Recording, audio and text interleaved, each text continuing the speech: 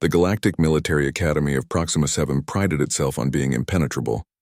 Its crystalline walls could withstand plasma bombardments, its shields deflected meteor strikes, and its security systems were designed by the finest Veltraxian engineers in the known universe. Yet on the morning of Cycle 447, none of that mattered. Cadet Marcus Chen sat in the back row of Xenobiology 301, absently clicking his ballpoint pen while Professor Kixthor droned on about the respiratory systems of methane-breathing species. The human was one of only 3 from Earth attending the prestigious academy, and after 6 months, he still hadn't quite adjusted to being surrounded by beings with tentacles, exoskeletons, and bioluminescent organs. The pen clicked again. Click, click, click. Cadet Chen. The professor's translator squawked. Perhaps you could demonstrate your understanding by explaining the emergency klaxons shrieked to life. Red lights bathed the lecture hall as the professor's scales paled to white. Through the reinforced windows, Marcus could see something that made his blood run cold. Ships, sleek, organic, and utterly alien, descended through the atmosphere like falling knives. Krishna, someone whispered, and the word rippled through the classroom like a shockwave. Marcus had heard of them in hushed conversations. The Krishna were apex predators from the void reaches, a species so ruthlessly efficient that even the Galactic Council refused to speak their name in official records. They stood 8 feet tall, possessed forearms tipped with molecular edge claws, and their reflexes were 3 times faster than any known species. They didn't invade planets. They hunted them. The lecture hall's doors exploded inward. 3 Krishna warriors stalked through the smoke, their chitinous armor gleaming like oil on water.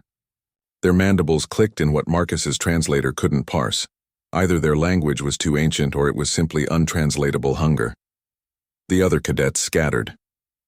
Professor Kixthor tried to reach for the emergency communicator, but a Krishna moved with impossible speed, batting the professor aside with enough force to crack the wall behind him. Marcus stood slowly, his hand still gripping his pen. The lead Krishna noticed him. Its 4 eyes, too compound, too focused, locked onto the human. It made a sound that might have been laughter, a wet clicking that seemed to ask, "What can you possibly do?" In that moment, Marcus thought of home, of Earth's violent history, of the predators his ancestors had faced with nothing but sharpened sticks and stones, of the fact that humans didn't become the dominant species on a death world by backing down. The Krishna lunged. Marcus moved. Not away, but forward and to the side, using the creature's momentum against it. His pen, blue ink, plastic barrel, nothing special, stabbed upward in a precise arc. It punched through the thin membrane beneath the Krishna's mandible, the one weak point in their otherwise impervious armor, and drove deep into the neural cluster behind. The predator dropped like a puppet with cut strings. The other 2 Krishna froze, confused. Their prey wasn't supposed to fight back. Prey ran, prey screamed. Prey died. Marcus didn't run. He yanked the pen free and rolled beneath the second Krishna's wild slash. The creature was fast, but Marcus had spent his childhood dodging bullies, his teenage years in martial arts dojos, and the past 6 months training against opponents who could see in spectrums he couldn't even imagine. He'd learned to fight with everything and nothing.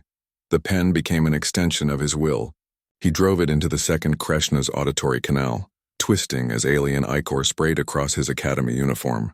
The creature shrieked, a sound that shattered 3 windows and collapsed. The third Krishna was smarter. It didn't charge. Instead, it began to circle, all 4 arms spread wide, claws extended. Through the broken doors, Marcus could hear more of them in the corridors. This one was buying time for reinforcements. Marcus couldn't allow that. He feinted left, and when the Krishna shifted to compensate, he threw the pen. It wasn't a perfect throw, the pen wasn't balanced for it, but it didn't need to be. The Krishna's instincts took over, and one of its hands snapped up to catch the projectile. Marcus was already moving. He grabbed a broken piece of the lecture hall door, a jagged shard of reinforced alloy, and drove it through the Krishna's thorax before it realized the pen had been a distraction. The creature stumbled backward, clawing at the metal embedded in its chest, before finally going still. Silence fell over the lecture hall, broken only by the ragged breathing of the survivors. Marcus walked over to the first Krishna and pulled his pen free, wiping it on his sleeve. The blue plastic was cracked, the clip broken, but it still clicked when he tested it.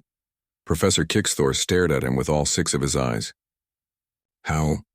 Humans, Marcus said, clicking the pen once more, spent millions of years learning that anything can be a weapon if you're desperate enough. We fought our way to the top of the food chain with rocks and sticks before we invented fire. Reinforcements arrived minutes later, Academy security drones and galactic peacekeepers in full combat armor. They found Marcus Chen standing guard over his classmates, his pen in hand, surrounded by 3 dead Krishna warriors. The incident made galactic news within hours. Military analysts studied the footage from the lecture hall's cameras, trying to understand how a human cadet with no weapons had defeated creatures that required tactical strike teams to eliminate. Xenopsychologists debated humanity's place in the galactic community. The Krishna, for the first time in recorded history, retreated from a world they'd begun to hunt. And in the back row of Xenobiology 301, Marcus Chen sat with a new pen, this one provided by the Academy, made of reinforced titanium alloy, with a grip designed for combat efficiency, and tried to pay attention to Professor Kixthor's lecture. But every few minutes, out of habit, he clicked it. Click, click, click, just in case.